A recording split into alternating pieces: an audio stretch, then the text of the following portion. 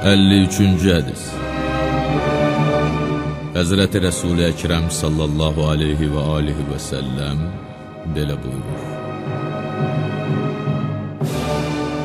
Allah Teala buyurur: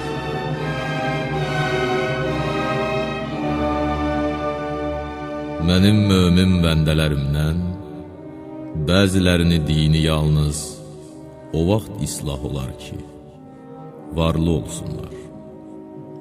Ruziləri də bol və canları sağ olsun. Mən onlara var dövlət, ruzi bolluğu və salamatlıq verməklə imtihan edirəm.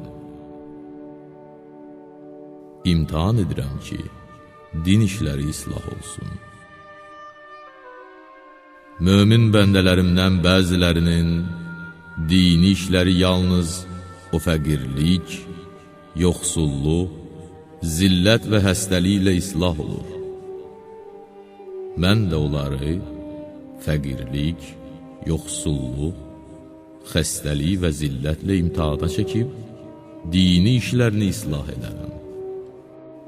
Mən mömin bəndələrimin dini işlərini hansı yolla islah olacağını hamıdan yaxşı bilərəm. Mömin bəndələrimdən bəziləri mənə ibadət etmək üçün həddindən artıq səy göstərir.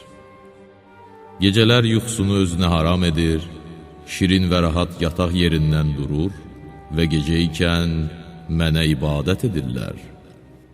Bu yolda öz nəfslərini danlayırlar.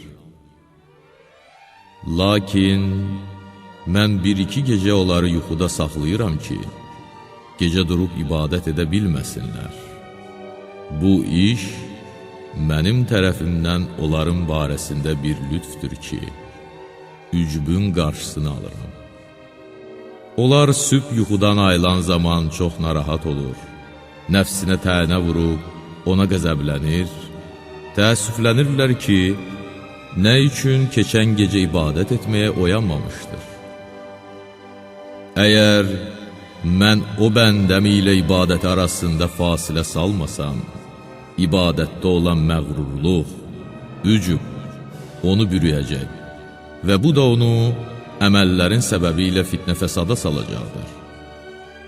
Nəticədə özündən, nəfsindən razı olub belə güman edəcəkdir ki, bütün ibadət edənlərdən üstündür və ibadətdə təqsir həddindən keçmişdir. Yəni Allaha ibadətdə heç bir qüsura yol verməmişdir.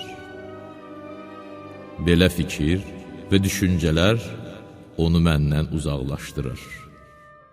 Lakin o həmişə güman edir ki, həmin ibadətlərlə mənim dərgahıma yaxınlaşır.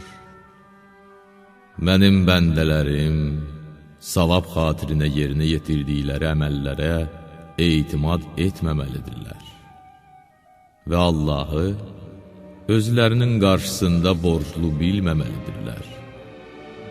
Çünki əgər onlar ciddi çalışsalar və öz nəfslərinin istəklərini pozub ömürlərini mənə ibadət etməklə sərf etsələr, yenə də mənim dərgahımda müqəssirdirlər.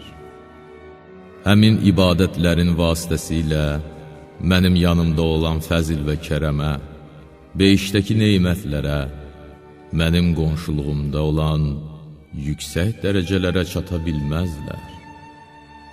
Lakin gərək onlar yalnız mənim fəzlimlə fərəhlənsinlər və mənim barəmdə hüsnü zənnə əmin olsunlar. Bu zaman mənim rəhmətim onların bu çatışmazlıqlarını aradan qaldırır. Mənim tərəfimdən rizvan onlara çatır.